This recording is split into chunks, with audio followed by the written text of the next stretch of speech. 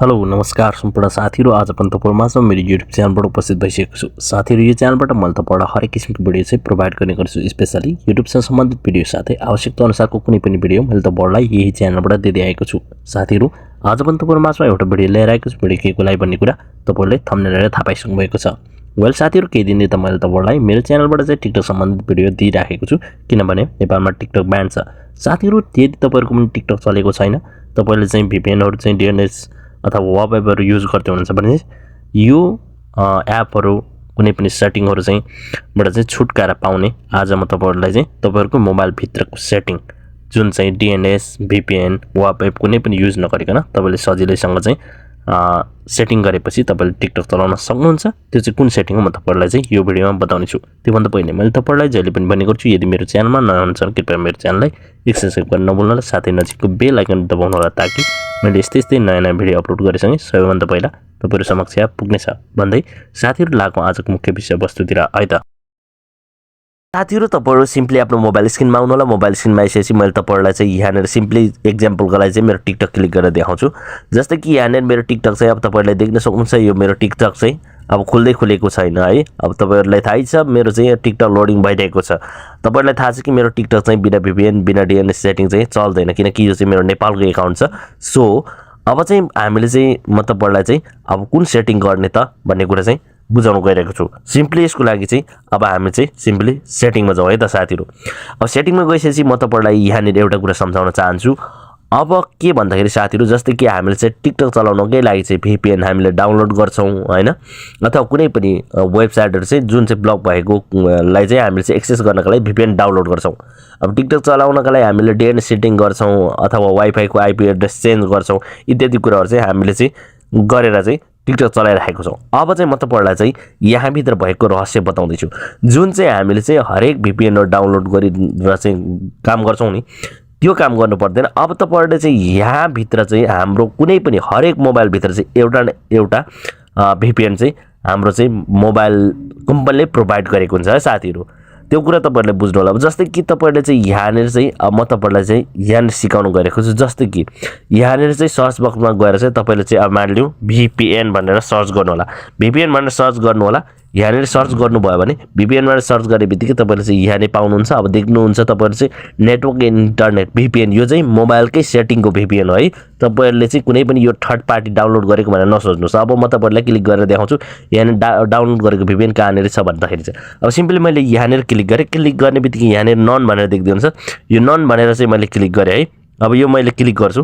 यो नन भनेर क्लिक गरेपछि अब तपाईहरुले यहाँनेर देख्न सक्नुहुन्छ यो चारवटा VPN मसँग छ। तपाईहरुले देख्न सक्नुहुन्छ चारवटा VPN चाहिँ मसँग छ जुन चाहिँ मैले डाउनलोड गरेको छु। तपाईहरुलाई नै भिडियो बनाउँदाखेरि चाहिँ हरेक सिकाउँदाखेरि चाहिँ मैले यो डाउनलोड गरेको VPN हो। अब चाहिँ हामीले चाहिँ मोबाइल भित्र भएको VPN चाहिँ अब कसरी सेटिङ गर्ने भन्ने कुरा चाहिँ म तपाईहरुलाई बताउँदै छु। अब यो चारवटा VPN लाई तपाईले छोड्दिनुस् दिमागबाट निकाल्दिनुस् है त। मैले तपाईहरुलाई मोबाइल भित्रको VPN चाहिँ सेटिङ गराउन सिकाउन गइरहेको छु। अब जस्तै कि यहाँनेर चाहिँ राइट साइडमा प्लस आइकन देख्नुहुन्छ यसलाई सिम्पली क्लिक गर्नुस्। यसलाई क्लिक गरेर तपाईले चाहिँ नाम जुनै पनि तपाईले लाउन सक्नुहुन्छ। आफ्नो नाम राख्नुस् अथवा के जे पनि राख्नुस्। मैले चाहिँ VPN भनेर सिम्पली राख्दिन्छु। अब त्यसपछि तपाईले चाहिँ यहाँनेर देख्न सक्नुहुन्छ टाइप यसलाई चाहिँ सिम्पली क्लिक गरेर तपाईले चाहिँ सेकेन्ड अप्सन चुज गर्दिनु होला। यसरी चुज गर्दिनु। त्यसपछि यहाँनेर सर्भर छ। अब यो सर्भरमा चाहिँ हामीले चाहिँ कुन चाहिँ सर्भर हाल्नु यहाँनेर मेन इम्पोर्टेन्ट भनेको चाहिँ साथीहरु जस्तो कि ब्याक जाउँ। ब्याक गएर चाहिँ तपाईले क्रोमलाई चाहिँ क्लिक गर्नु होला। क्रोमलाई क्लिक गरेपछि यहाँनेर तपाईले चाहिँ सिम्पली चाहिँ क्रोमलाई क्लिक गरिसकेपछि यहाँ प्लस आइकनमा आउनुस्। प्लस आइकनमा आएर चाहिँ यहाँनेर तपाईले चाहिँ सिम्पली चाहिँ के सर्च गर्नुस् भन्दाखेरि चाहिँ सिम्पली यहाँनेर तपाईलाई चाहिँ है अब मैले चाहिँ VPN गेट भनेर चाहिँ तपाईले चाहिँ सर्च गर्नु होला है।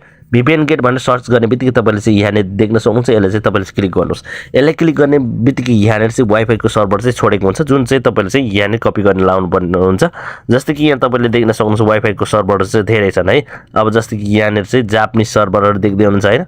जापानको वाइफाईहरु चाहिँ यिनीहरु चाहिँ सिम्पली तपाईले देखिरहनु भएको छ यहाँनेर हेर्न सक्नुहुन्छ है। अब तपाईले चाहिँ यो सिम्पली तपाईले यहाँनेर हेर्दै हुन्छ। अब सिम्पली तपाईले चाहिँ जुम गरेर यो जुन चाहिँ एउटा जापानिज सर्भर चाहिँ सिम्पली तपाईले यसरी कपी गर्नुस्। यसरी प्रेस गरेर यो कपी गर्नुस्। कपी गरेर यहाँनेर त्यसपछि अब लानुस्। यहाँनेर लगेर चाहिँ सिम्पली यहाँनेर पेस्ट गरिदिनुस्। यसरी पेस्ट गरिसकेपछि अब तपाईले चाहिँ के गर्नुपर्छ भन्दाखेरि चाहिँ तपाईले चाहिँ यहाँनेर चाहिँ स्पेस यहाँनिर देख्नुहुन्छ आइपी सेक्सन हैन, यहाँनिर आइपी सेक्सन देख्दै हुन्छ। त्यसपछि आइपी सेक्सन प्रेस हियर की भनेर चाहिँ भनेको छ। सिम्पली तपाईले चाहिँ यहाँनिर चाहिँ अब तपाईले VPN भनेर लगाइदिनुस् है, स्मल VPN भनेर लगाइदिनुस् है। तपाईले त्यसपछि यहाँनिर युजर नेम लेख्नुहोस्। युजर नेम अब तपाईले अघि के लाउनु भएको छ त्यही तपाईले लगाइदिनुस्। मैले जस्तो कि VPN लगाएको थिएँ, सरी यहाँनिर तल्लोमा चाहिँ जस्तो कि युजर नेम के लाउनु भएको थियो अघि मैले VPN लगाएको थिएँ, तपाईले जुन अघि युजर नेम लाउनु भएको छ त्यही लगाउनुहोस्। त्यसपछि यहाँनिर तल आएर फेरि तपाईको अब पासवर्ड चाहिँ के छ भन्दाखेरि VPN स्मल VPN लगाइदिनु होला है। यसरी चाहिँ लगाइसकेपछि तपाईले चाहिँ अब सिम्पली यहाँनिर चाहिँ सेभ गरिदिनुस् है त। सेभ यसरी सिम्पली सेभ गरिदिनुस्। सेभ गरेपछि तपाईको चाहिँ यहाँनिर सेभ भइसक्यो। अब यसले चाहिँ सिम्पली क्लिक गर्नुहोस्। यो कनेक्ट गर्नका लागि चाहिँ सिम्पली यहाँनिर यसरी गरेर कनेक्ट गरिदिनुस् है। यसरी केही समय लिन्छ। अब त्यसपछि यो चाहिँ कनेक्ट भइहाल्छ तपाईहरुले हेर्दै हेर्दै। वेल साथीहरु, अब तपाईहरुले चाहिँ यहाँनिर देख्न सक्नुहुन्छ यो चाहिँ कनेक्टिङ भइरहेको छ है। केही समय यसले चाहिँ लिन्छ, वेट गरौँ। वेल साथीहरु, तपाईहरुले देखिसक्नुभयो यो चाहिँ अलरेडी कनेक्ट भइसकेको छ। अब यस्तो तरिकाले कनेक्ट भइसकेको छ। अब यो कनेक्ट भएपछि अब चाहिँ हामीले सिम्पली टिकटक क्लिक गरेर हेरौँ है त। अब बिना VPN हाम्रो चाहिँ सेटिङबाटै चाहिँ हामीले चाहिँ VPN कनेक्ट गरेको छौँ हाम्रो जुन चाहिँ मोबाइलको सेटिङबाट। अब चाहिँ टिकटक सिम्पली क्लिक गरेर हेरौँ। अब सिम्पली टिकटक चाहिँ यहाँनिर क्लिक गरेर हेरौँ अब चल्छ चल्दैन।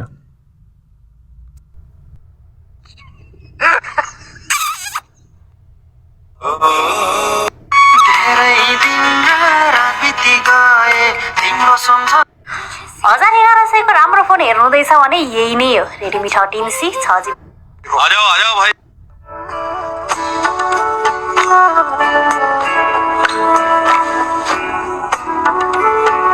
तपाईँ म यस्तो समाजमा बाँच्नु को त्यो केटी यसो डुबेको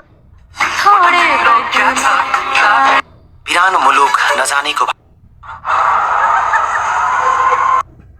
त जाँदै गर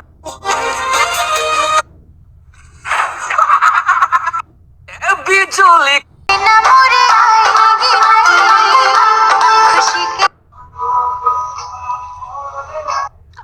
जति गन्दा नि सय पुग्दैन।